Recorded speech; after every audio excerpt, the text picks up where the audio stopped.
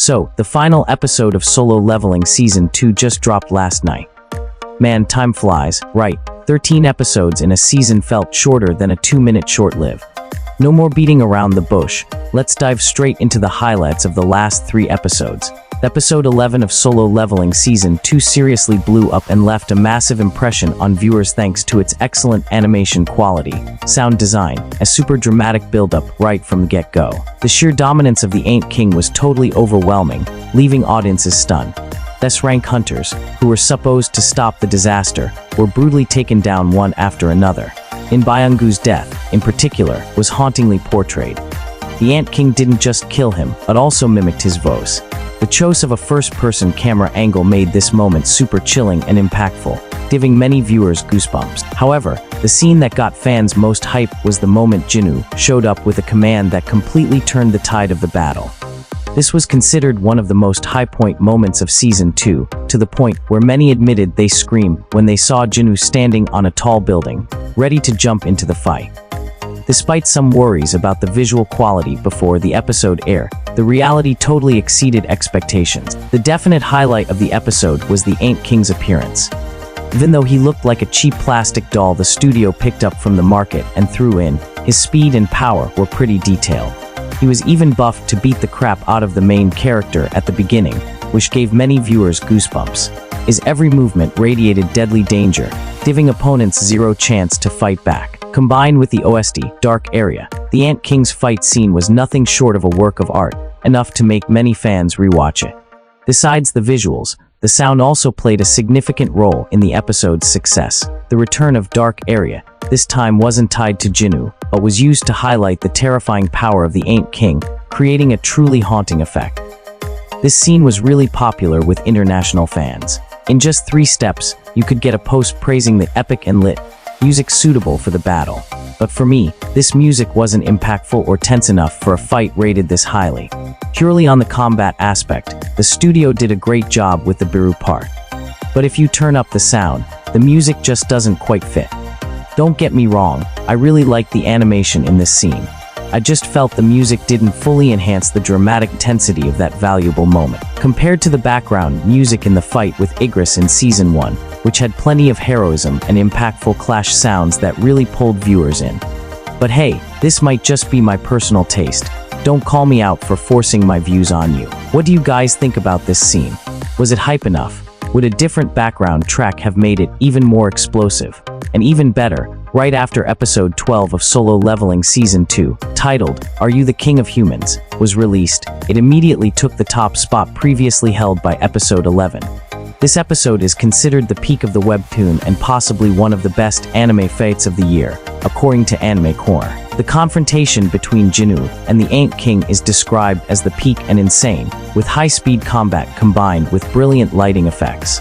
I really appreciate the detail in the anime's portrayal of the fight, where the studio cleverly buffed the Ant King instead of letting Jin-Woo dominate like in the original work. This made everything more dramatic and realistic, making me feel like Jin-Woo actually had to sweat a bit to fight instead of just snapping his fingers and being done with it like in the original work. Alongside the intense content, the visual quality of episode 12 also received countless praises. It's considered a big improvement compared to the first half of Season 1. One of the major highlights of this episode was the unique camera angles, which made the fight scenes not only grand, but also deeply immersive. This can be considered the best purely combat-focused episode of the entire season. The studio was very thoughtful in adding a detail where Jin-Woo gives the hunter Cha-hee holy water of life. However, everyone probably guessed this was useless because in the original work, the main character didn't even bother touching it, so the ability of this potion was probably a 404 not found situation. But hey, it was still an effort to show the feelings Jin-Woo has for Hien, right guys? Moving on to episode 12, there was one detail that puzzled me. In the original work, after using the soul extraction skill on Biru and the Antlings, Jin-Woo also extracted the Queen's soul, which made the Antlings lose some connection to the main character due to the Queen Mother's ability. But in the anime, he only extracted Biru's soul, then the Antlings, completely skipping the detail of extracting the Queen's shadow in chapter 106. Although I believe the studio had their own reasons for cutting this scene, I still regret that they missed a scene that would have more clearly shown the issues related to Jin-Woo's ability. Despite that, one praiseworthy point was the graphics when extracting Beru's shadow. While it didn't reach the peak level of the original work, I still rated it as a beautiful and quite magical scene that captured the process of him becoming a loyal soldier and the most meme-able. It's just, if Beru looked a bit more muscular instead of skinny like a junkie in an alley, I would have given this scene an even higher score. The scene I liked most was probably when China's strongest hunter, Liu Jigang, appeared and wiped out the flying ant swarm with a single blow. Honestly, I rated this scene higher than Jin-Woo's fight because it represented just enough power but made a huge impact. And that's how we ended the run of Solo Leveling Season 2 with episode 13. An ending that satisfied fans visually, effects-wise, and emotionally. Even thought the studio would cut this part, but nope, they fully captured the smallest emotions. The investment in the climactic scenes helped this episode leave a strong impression, from the funeral to the moments when Jin-Woo faced his new power alone. Just yesterday, we were watching the god-level scene dominate the internet, and in the blink of an eye, it's the final episode of Season 2. Despite all the praise, the last 3 episodes weren't immune to criticism from fans of the original webtoon, or rather, from me, because I'm picky. But as I said, it's my taste, let's be gentle with each other if we disagree. It's undeniable that there were too many changes in the anime compared to the original work. In the webtoon, despite the power gap, S-rank hunters were still portrayed as true warriors. However, the anime made them look like easily crushed puppets, making their deaths meaningless and lacking weight. Especially the way Goto, a character with high expectations, was eliminated in a flimsy manner further reduced the drama. One of the most disappointing changes was the portrayal of Goto's death in the webtoon. The moment Goto was beheaded by the Black Ant was a haunting scene that emphasized the brutality of the battle. But the anime downplayed this detail, making Goto's departure blurry and lacking the intensity built up in the original work. Seriously, he was Japan's strongest S-rank hunter, and they sent him off as lightly as a feather. Maybe because Japan was too strong, so the ants had to bite them off early. Only the guys from Korea were Peter Pans who refused to grow up, so they were still alive, just a little injured. Only the girl Cha Hyun waiting for the main character's status was bedridden until the end of episode 13 when she woke up. One of the biggest controversies is the anime cutting some dialogue from the episode 12 fight compared to the original work. This dialogue in the webtoon didn't just clarify the character's psychology, but also added depth to the story. Cutting it made many feel the pacing was overly simplified, losing some of the weight in the plot detail. Episode 13 certainly concluded the anime, but also opened up a whole new world of controversy. Several predictable scenes made the pacing drag. Speaking of the animation effects in this episode, they weren't bad, but compared to expectations, they didn't quite reach the mark. There were some overly bright scenes that made characters' faces look like they had a blinding filter on. The sound wasn't much better either, especially the background music in emotional scenes. There were moments that needed subtlety, but the music was noisy, losing the intended emotional depth. Honestly, for a season finale episode that should leave a lasting impression, it felt more like a break before the main story continued. In the original work, Jin-Woo had to try summoning Min Byung-gu 3 times before succeeding, creating suspense and drama, unlike the one-shot success in the anime. This changed Byung-gu's character nuance, making him look more willing to come back for his comrades rather than being forced back. The original work showing 3 tries indicated that Byung-gu didn't want to live again to continue this battle. For a hunter who had sacrificed so much, Byung-gu just wanted to rest. And of course, that also showed what this main character Jin-Woo would be willing to do to save his potential love interest. The change in the anime twists the plot so that Byung-gu, despite not wanting to fight, was willing to live again for his comrades. It achieved coherence with the story, and the character also had clear development. If anyone tells me the scene where Byung-gu's shadow said goodbye to his comrades one last time before completely vanishing wasn't the most emotional scene of the season, I'd shoot their brain out right then and there. Even the scene reviving the Shadow Army, which was cinematic, with each Shadow soldier's eyes radiating powerful charisma. In the anime, the dazzling light and sparkly effects lost some of the intended dark, fearsome aura. And honestly, compared to the explosive animation in the fight against Beru after he became Jin-Woo's soldier, it looked no different from the plastic monsters in those old Power Rangers shows I watched as a kid. Compared to the original work, Another detail that was skipped was how Jin-Woo stood amidst a sea of shadows, an extremely powerful image in the webtoon.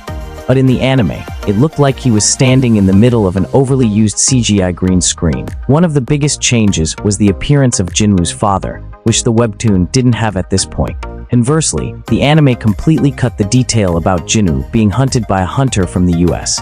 This was originally a detail that built tension and danger that Jin-Woo was about to face on the international stage, or simply discrimination, because that guy was still Korean. Furthermore, the meeting between Jin-Woo and a high-ranking manager of the US Hunter Association was also cut. In the webtoon, this character came all the way to invite Jin-Woo to reveal information about awakened hunters and people capable of helping others awaken.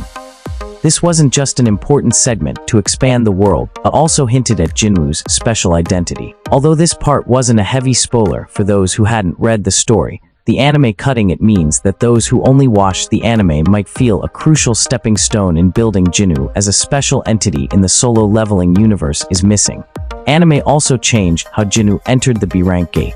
In the original work, Jin-Woo was stopped because he was deemed too weak and had to rely on Chairman Go-Gun-hee calling to intervene to get in. This highlighted the reality that no matter how strong Jin-Woo was, he was still hindered by the bureaucracy. However, the anime skipped this detail and let Jin-Woo walk straight into the gate like someone with absolute authority, like it "I'm the best" kind of vibe. In summary, the last 3 episodes were rated highly in terms of visuals and animation compared to previous episodes. However, the way the plot points were handled felt a bit rushed and lacked highlights, leaving many viewers not fully satisfied. The anime still delivered visually impressive action scenes, but in terms of emotion and script tightness, it probably couldn't completely satisfy loyal fans of the original work. After an explosive first season, Solo Leveling Season 2 returned with extremely high expectations from fans. This season continued to follow Sung Jin-Woo on his journey to climb the ranks of power, facing increasingly formidable enemies, though honestly, they weren't that formidable, and gradually uncovering the mystery of his true identity. Although there were many explosive moments and it maintained its visual quality, this season still sparked controversy due to its awkward pacing. Some battles weren't truly satisfying, and important details from the original work were cut. Visually, Solo Leveling Season 2 started with animation that was heavily criticized, to the point where many fans were mentally prepared for disappointment. However, some major battles like the fight against the ant monsters on Jeju Island showed clear investment. Of course, it still didn't reach the peak level that was hoped for. Some fight scenes that could have been more spectacular were handled a bit hastily, lacking the investment needed to create strong highlight. In my opinion, for those who enjoy a purely combat-focused show and don't care about other issues, this season will have many highlights. But the studio focusing only on combat and downplaying the story development will disappoint many original fans. And those who haven't read the original work probably won't understand what the heck is going on. One of the biggest controversies of this season is the content being quite easy to understand, which makes sense because shoving 5 or 6 arcs in how could it be decent? Some people think a one picture's doing it at all is lucky enough, and who am I to ask for more? But it's true that if they followed the original work accurately, the Jeju Island arc alone would need a separate part to be fully animated. The anime also completely skipped many scenes that fans considered very important, making the content feel half-baked, not really touching on any issues, especially the tower climbing part, which was super fast. This was also an arc that showed the overwhelming power of the Shadow Army, but the studio messed up. Well, that's my opinion and a bit of feedback from viewers whose comments I checked on various websites. There's praise and criticism, although I think some of you will say I have high standards or that comparing it to the webtoon is pointless. I'm still going to say, overall, Solo Leveling Season 2 is still a watchable anime with spectacular fight scenes. For a show labeled as instant ramen, I think Solo Leveling is doing well with everything it has, enough to achieve the buzz that many other highly anticipated anime series haven't in recent years. However, it's true that the anime is too focused on the combat scenes to the point of skipping most of the important details for content development, making many parts feel disjointed and lacking enough information to build upon for later episodes. This caused great disappointment among the original fan community, and although there are currently rumors that there won't be a Season 3 because Season 2 didn't bring in enough required revenue previously, I think the explosion of the last 3 episodes has answered that question, right studio? To sum it up, Solo Leveling Season 2 is still a grand feast with plenty of light, effects, and explosions. But sometimes, it feels like the chef accidentally put too much salt in, making some parts a bit harsh/intense. But anyway, the core remains. The monsters are still cool, the music is still fire, and the hype is still there. Hopefully, the next season will carry the load more smoothly so we can have a truly memorable major war. How about you? What do you think about Solo Leveling Season 2? Remember to leave your thoughts in the comments section below so we can discuss it. And now, if you liked it, remember to leave a like and a share to support us. Don't forget to hit the subscribe button and the notification bell. And remember to sign up for membership so you don't miss exciting future videos. Thanks for watching. See you in the next videos. See.